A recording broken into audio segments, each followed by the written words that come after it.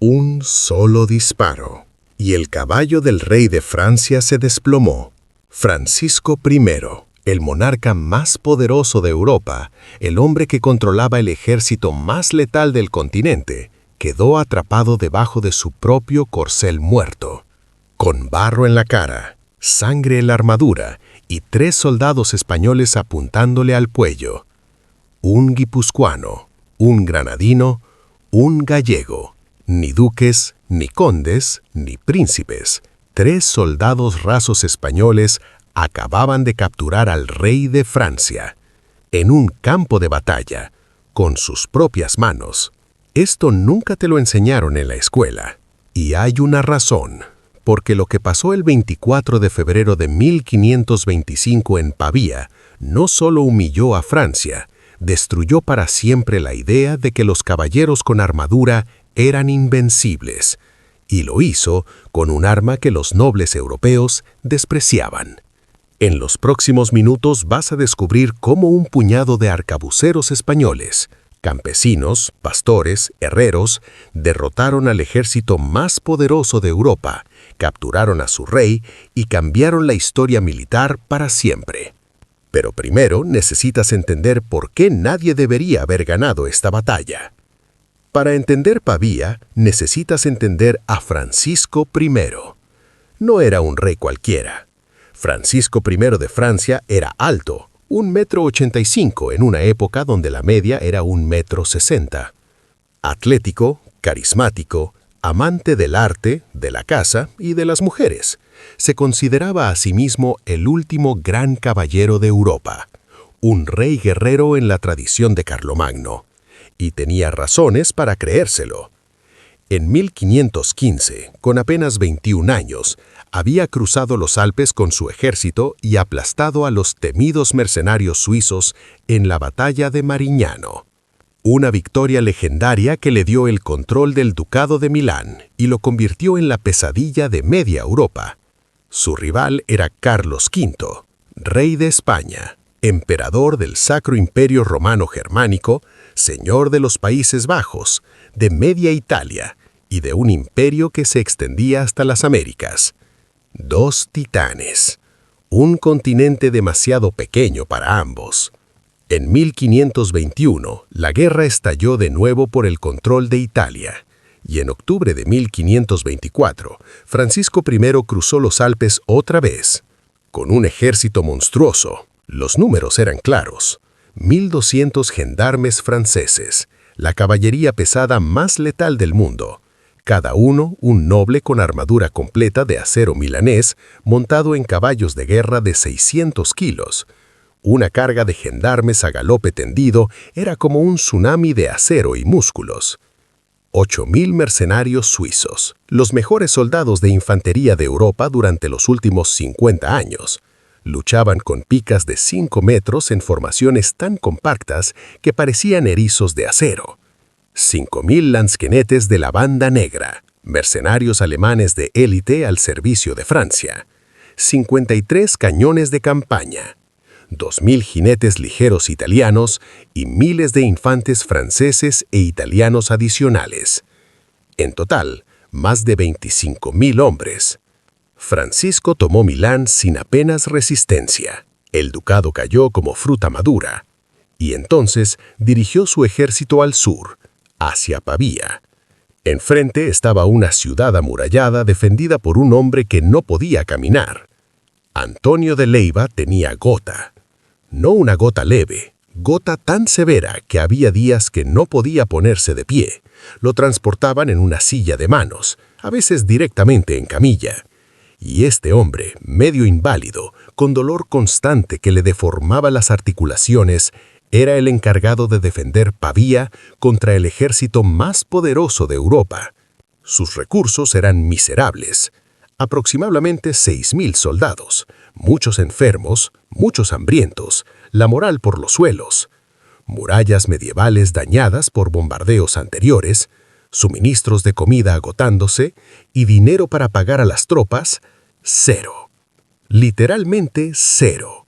Los soldados llevaban meses sin cobrar, y un soldado que no cobra es un soldado que deserta, o peor, un soldado que se amotina.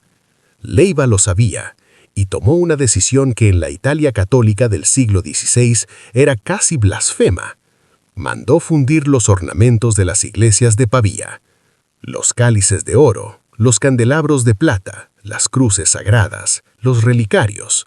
Los fundió para acuñar monedas y pagar a sus tropas. Sacerdotes suplicando, monjas llorando, ciudadanos horrorizados. Leiva, desde su camilla, respondió: «Dios entenderá. Si perdemos Pavía, los franceses fundirán esas mismas iglesias de todas formas. Al menos así las fundimos nosotros y pagamos a los que las defienden». Y sus hombres le creyeron, porque cuando un hombre que no puede caminar se niega a rendirse, inspira a los que sí pueden luchar. Francisco I estableció su campamento principal en el Parque de Mirabello, un enorme coto de casa de la familia Visconti al norte de Pavía, rodeado por muros de piedra. Un rectángulo de kilómetros lleno de árboles con el río Bernabola cruzándolo. Era una posición perfecta, protegida, con agua y suministros. Desde ahí sus cañones machacaban las murallas de Pavía día tras día. En noviembre de 1524, los cañones franceses abrieron brechas en las murallas. Los ingenieros confirmaron que se podía entrar. Francisco ordenó el asalto. Y allí apareció otra vez Leiva. Desde su camilla había previsto exactamente eso. Había ordenado construir un terraplén de tierra detrás de las murallas, una segunda línea de defensa improvisada, con foso y cañones ligeros apuntando a las brechas. Los franceses entraron por los agujeros en la muralla, gritando victoria, y encontraron otra muralla detrás, con artillería apuntándoles a quemarropa. El asalto fracasó. Cientos de franceses murieron. Los que entraron no salieron.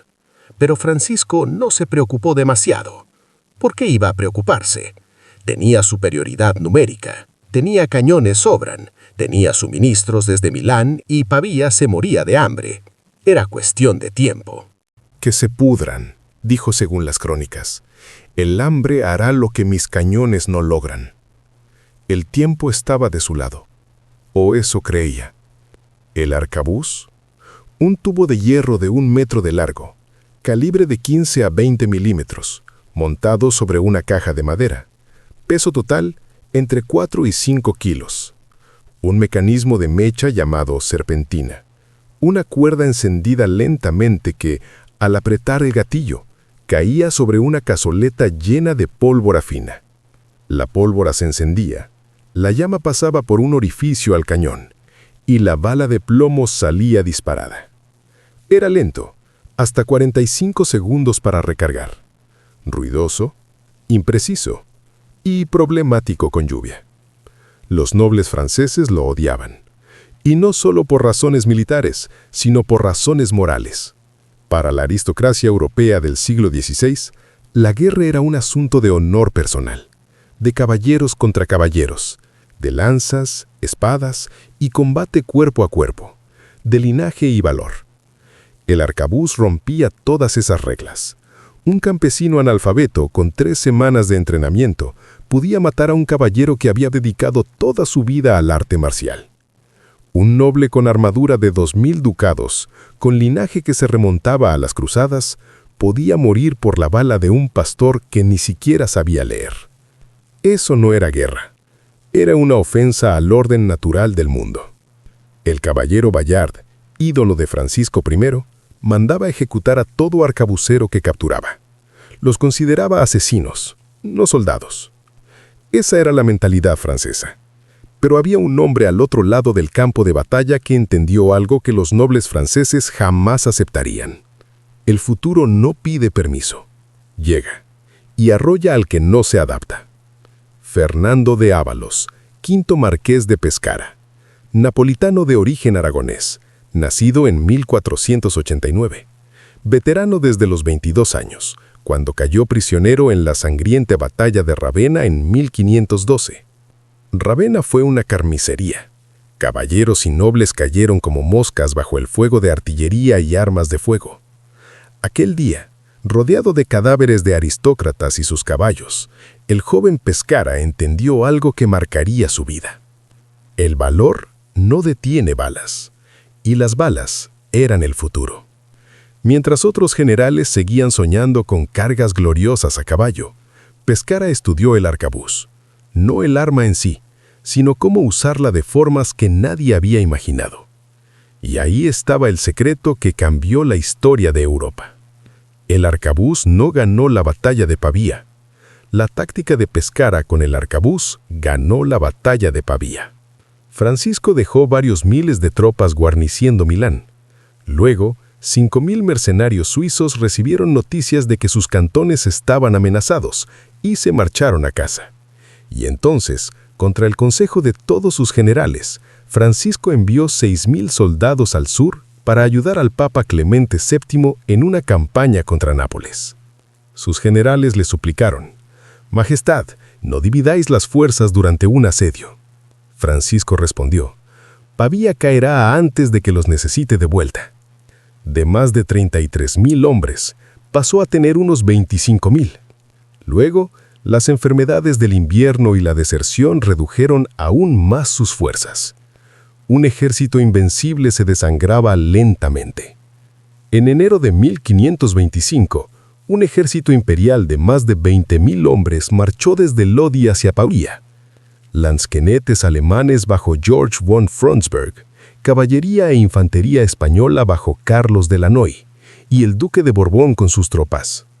El duque de Borbón había sido antes constebable de Francia, el noble más poderoso del reino después del rey, y ahora servía a Carlos V.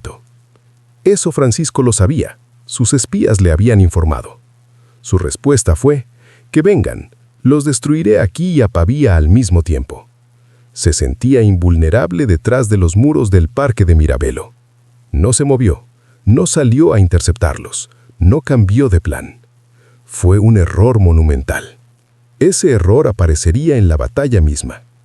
En 1525, todos los ejércitos de Europa usaban arcabuceros de la misma manera, en bloques compactos, filas de tiradores que disparaban al unísono. Efectivo a corta distancia, sí, pero predecible, lento y vulnerable a las cargas de caballería. Pescara hizo algo completamente diferente. Cogió a sus 3.000 arcabuceros españoles y los dividió en pequeños grupos dispersos. No en formación de línea, no en bloques compactos, en grupos de 20, 30, 40 o 50 tiradores, desplegados por el terreno, usando árboles como cobertura, ondulaciones del suelo como parapeto natural, muros bajos del parque como fortificación improvisada, matorrales, zanjas, cualquier cosa. Cada grupo era semi-independiente, capaz de moverse, de reposicionarse, de concentrar fuego donde más doliera y dispersarse si la caballería cargaba. Un bloque compacto de arcabuceros es un blanco perfecto, pero docenas de grupos pequeños dispersos entre árboles y terreno irregular eran otra cosa. ¿Cómo cargas contra algo que no puedes ver? ¿Cómo aplastas a 30 hombres escondidos detrás de robles centenarios cuando tu caballo de 600 kilos no puede maniobrar entre los troncos? ¿Cómo persigues a un grupo que dispara y se mueve a otra posición antes de que llegues? No puedes, pero ellos sí. Mientras tu caballo se hunde en el barro del parque, mientras tu armadura de 25 kilos te convierte en el blanco más visible del campo, mientras la niebla de febrero te ciega y no ves de dónde vienen los disparos, y caes. Y tu caballo cae encima de ti, y no puedes levantarte. Y el campesino que te mató ni siquiera sabe tu nombre. Llovía. No una luyenda, un diluvio de febrero. Esa noche, los comandantes imperiales, Lannoy, Pescara y Borbón, tomaron la decisión. Ataque nocturno. Había que actuar ya. El dinero para pagar a los lansquenetes se acababa. En días, quizás semanas, el ejército imperial se desintegraría por deserciones masivas. Esa noche, más de 18.000 soldados imperiales comenzaron a marchar. En silencio, en la oscuridad total. Hacia el norte, bordeando los muros del parque de Mirabello por el exterior. Sobre las armaduras, camisas blancas. Las necesitaban para distinguir a los suyos de los enemigos en la noche cerrada. Era lo que los españoles llamaban una camisada. Mientras las tropas marchaban, la artillería imperial bombardeaba las líneas francesas desde su posición original al este de Pavía. Era una distracción calculada, para que Francisco I pensara que el ataque vendría desde el este. Y funcionó. Los ingenieros imperiales, zapadores españoles, llegaron al extremo norte del parque. Porta Pescarina era un punto débil en el muro de piedra. Con picos, palancas, mazas y pura fuerza bruta, trabajando bajo la lluvia, abrieron 3 brechas en la piedra. A las 5 de la madrugada del 24 de febrero de 1525, 3.000 arcabuceros españoles bajo el mando de Alfonso de Ábalos, marqués del Basto, entraron al parque. Tomaron por sorpresa la pequeña guarnición francesa en el castillo de Mirabello. Y detrás de ellos, miles de lanzquelopes y caballería imperial fluían por las brechas como un río. La trampa se cerraba. Lo acordado era simple. Cuando de Leyva viera un cohete en el cielo, debía salir de Pavía con todo lo que tuviera y atacar las líneas de asedio francesas desde el sur. A las 5:30 de la madrugada, un punto de luz cruzó el cielo gris de febrero. De Leyva, desde su camilla, sonrió por primera vez en 4 meses. Miró a sus oficiales y dijo: «Preparad a los hombres, abrid las puertas, hoy terminamos esto». 4 meses de hambre, de enfermedad, de bombardeos, de resistencia desesperada. Todo había sido para llegar a ese momento. Niebla, espesa, densa, como una cortina gris que lo envolvía todo. Apenas se podía ver a 100 metros. Las alarmas sonaron en el campamento francés. Gritos, trompetas, caos. Francisco I recibió la noticia de un mensajero cubierto de barro. «Majestad, los imperiales están dentro del parque. Han roto los muros al norte». Francisco saltó del lecho. Llamó a sus generales. La maquinaria francesa se puso en marcha. Los franceses se organizaron rápido. El rey, con sus 800 gendarmes, a la izquierda junto al río Bernabola. En el centro, 3.000 suizos formaron un cuadro de picas. A la derecha, la banda negra de 5.000 lanzquenetes, 14 cañones posicionados a lo largo de la línea. Los cañones franceses abrieron fuego contra los imperiales que avanzaban. Y durante unos minutos, la artillería francesa estaba ganando. Cada minuto que pasaba, más imperiales morían. Y entonces, Francisco I cometió el tercer error fatal. No esperó. Impaciente, ardiendo de ganas de gloria personal, incapaz de quedarse atrás mientras otros luchaban. Sus generales le suplicaron: «Majestad, dejad que la artillería los destroce. Tenemos 53 cañones, no necesitamos cargar». Era el consejo correcto, pero Francisco I no quería ganar con cañones, quería ganar como un caballero. «A mí, gendarmes, lanzas en bristre, cargad». 1.200 gendarmes franceses cargaron directamente contra la caballería imperial. Y funcionó. Por un momento glorioso, devastador, funcionó. Los gendarmes franceses destrozaron a la caballería imperial. La pusieron en fuga. El propio Carlos de Borbón tuvo que huir a galope tendido. Francisco, exultante, persiguió a los jinetes en retirada. Parecía la victoria, pero no. Porque al cargar hacia adelante, al interponer a su caballería entre los cañones franceses y el ejército imperial, los artilleros franceses tuvieron que dejar de disparar. 53 cañones, silenciados, no por el enemigo, sino por su propio rey, porque cada cañonazo ahora tenía las mismas probabilidades de matar gendarmes franceses que imperiales. Los gendarmes franceses acababan de ganar su carga. Estaban dispersos por el parque, persiguiendo jinetes imperiales. Los caballos estaban exhaustos, las formaciones rotas, los caballeros aislados o en grupos pequeños entre los árboles y el terreno irregular, sin apoyo de artillería, sin infantería cerca, sin cohesión, solos en medio de un bosque, contra 3.000 arcabuceros españoles invisibles. Pescara observó la situación y sonrió, porque los gendarmes franceses acababan de hacer exactamente lo que él esperaba. Habían entrado en su terreno, en el bosque, entre los árboles, en el barro, donde la caballería pesada era un monstruo ciego y los arcabuceros eran predetreces. Dio la orden: fuego a discreción.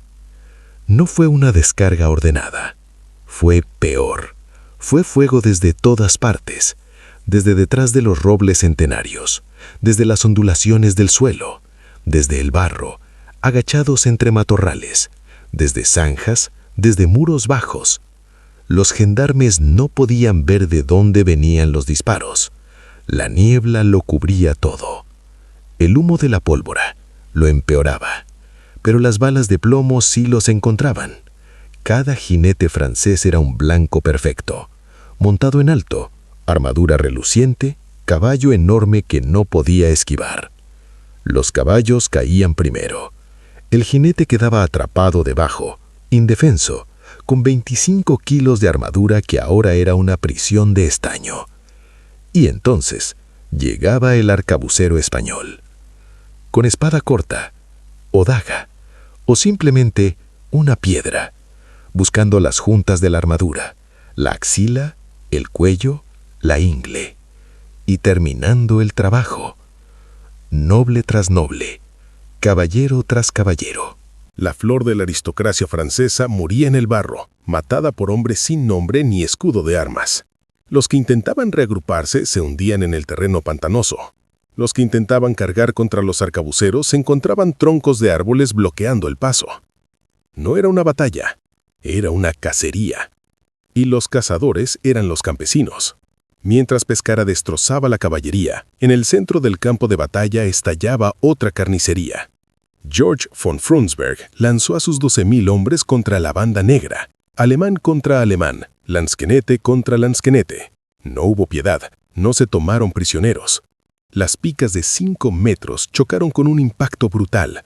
Las primeras filas se atravesaron mutuamente. Luego vino el combate cuerpo a cuerpo, espadas cortas, dagas, puños, dientes. La banda negra luchó con coraje desesperado, pero estaba superada en número, rodeada, sin apoyo. Cayó, toda, hasta el último hombre. 5.000 lansquenetes de la banda negra francesa quedaron aniquilados. Richard de la Pole murió entre ellos. Los 8.000 suizos al servicio de Francia intentaron contraatacar, pero al ver la masacre de la banda negra y la destrucción de la caballería, empezaron a retroceder.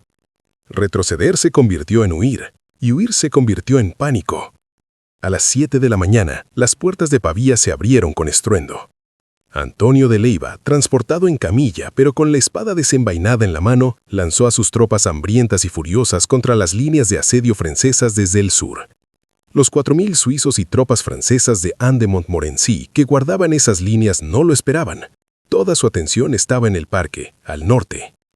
De Leiva los aplastó.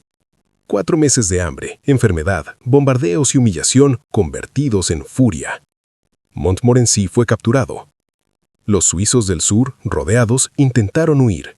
¿Hacia dónde? Hacia el río Ticino, hacia el puente de pontones que el duque de Alençon había usado minutos antes para retirarse con sus 400 gendarmes de reserva. Pero Alençon, al cruzar el puente y ver la batalla perdida, tomó una decisión que lo perseguiría el resto de su vida. Cortó el puente detrás de él. Lo destruyó, abandonando a miles de soldados franceses y aliados en la orilla equivocada del río. Los suizos en fuga llegaron a la orilla del Ticino, sin puente, con la caballería ligera española pisándoles los talones. Muchos se tiraron al agua. El Ticino estaba crecido por las lluvias de febrero. La corriente era feroz. Las armaduras y las armas pesaban. Los hombres, exhaustos de la batalla, no tenían fuerza para nadar. Cientos se ahogaron, arrastrados por la corriente, hundiéndose con el peso del acero. Francisco I seguía luchando. Hay que reconocerle eso. En medio de la catástrofe total, el rey de Francia combatió con una bravura que sus propios enemigos respetaron. Rodeado de un puñado de caballeros leales, cada vez menos, el rey luchaba con espada, con lanza, con lo que tuviera a mano. Sus guardaespaldas cayeron uno a uno protegiéndolo con sus propios cuerpos. Jacques de la Palisse murió protegiendo a su rey. Luis de la Tremoille murió también. Bonnivet, amigo personal y consejero de Francisco, al ver la derrota, se quitó la visera del casco y cargó hacia las líneas imperiales buscando la muerte. La encontró. Uno a uno, los grandes señores de Francia morían alrededor de su rey. Francisco intentó escapar, pero llegó a la granja de la Repentita, y allí un disparo de arcabuz alcanzó a su caballo. El animal se desplomó. 600 kilos de caballo muerto cayeron sobre la pierna izquierda del rey. Francisco quedó en el suelo, atrapado, herido en la cara y en la mano, con barro cubriéndole la armadura dorada. El rey más poderoso de Europa, en el barro, indefenso. Juan de Urbieta llegó primero, soldado vasco de Hernani en Guipúzcoa. «Rendíos», gritó. Francisco, con sangre en el rostro, respondió: «Yo soy el rey. Me rindo al emperador». Urbieta no lo reconoció al principio. En el caos de la batalla, cubierto de barro y sangre, Francisco parecía un caballero más. Entonces llegó Diego de Ávila, de Granada. Le quitó la espada y una manopla al rey caído y junto con Alonso Pita da Veiga de Galicia logró liberar a Francisco de debajo de su caballo. Pita da Veiga le arrancó el collar de la Orden de San Miguel, la joya más preciada de la caballería francesa. 3 soldados rasos, de 3 rincones distintos de España, con las manos manchadas de barro y pólvora, sosteniendo al rey de Francia como un prisionero más. Hubo un momento de peligro. Varios soldados imperiales excitados y furiosos se agolparon alrededor del rey. Querían botín o sangre. Un gentilhombre borgoñón llamado Lamotte reconoció a Francisco y se interpuso entre la turba y el rey, espada en la mano, protegiéndolo hasta que llegó alguien con autoridad. Cuando Carlos de Lannoy llegó al lugar, Francisco reveló formalmente su identidad. Lannoy se arrodilló ante él. «Majestad». Francisco lo miró, cubierto de barro, de sangre, de derrota. Y entonces pronunció las palabras que resonarían durante siglos. «De todas las cosas, no me ha quedado sino el honor y la vida que está a salvo». La batalla duró menos de 2 horas. 2 horas. Eso fue todo lo que necesitaron los imperiales para destruir al ejército más poderoso de Europa. Francia perdió entre 8.000 y 10.000 hombres. Miles fueron hechos prisioneros, incluyendo Anne de Montmorency. Un rey fue capturado. La banda negra quedó aniquilada. Jacques de la Palisse murió. Bonnivet murió. Luis de la Tremoille murió. Richard de la Pole murió. François de Lorena fue herido y capturado. Enrique II de Navarra fue capturado. 53 cañones fueron abandonados. Toda la impedimenta del ejército se perdió. El imperio perdió menos de 1.000 hombres. Algunas fuentes dicen 500. En menos de 120 minutos, Francisco I fue llevado preso a España, a Madrid. El viaje duró semanas, primero por mar, luego por tierra. El rey de Francia, prisionero, cruzando la península ibérica como un cautivo. Lo encerraron primero en la Torre de los Lujanes, en Madrid. Luego lo trasladaron al Alcázar. El monarca más poderoso de Francia, el rey caballero, el conquistador de Milán, el héroe de Marignano, estaba ahora prisionero en la capital de su peor enemigo. Carlos V, que ni siquiera estaba en Pavía durante la batalla, recibió la noticia con aparente calma, pero sabía lo que tenía, al rey de Francia en sus manos. El Tratado de Madrid, firmado el 14 de enero de 1526, impuso condiciones brutales. Francia renunciaba a todos sus derechos sobre Italia. Francia cedía el ducado de Borgoña, y Francisco entregaría a sus propios hijos como rehenes para garantizar el cumplimiento. Sus propios hijos, el delfín Francisco y el duque de Orleans, 2 niños, como garantía humana. ¿Francisco firmó? ¿Cumplió? No.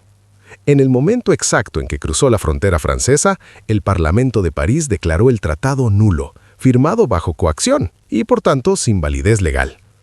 Francisco recuperó a sus hijos años después, tras pagar un rescate astronómico, y reanudó la guerra contra Carlos V. Pero Pavía ya lo había cambiado todo. No fue solo una batalla perdida, fue el final de una era. No destruyó un ejército, destruyó una idea. La idea de que la caballería pesada, la nobleza a caballo, la flor de la aristocracia europea con sus armaduras relucientes y sus linajes centenarios, era la fuerza suprema del campo de batalla.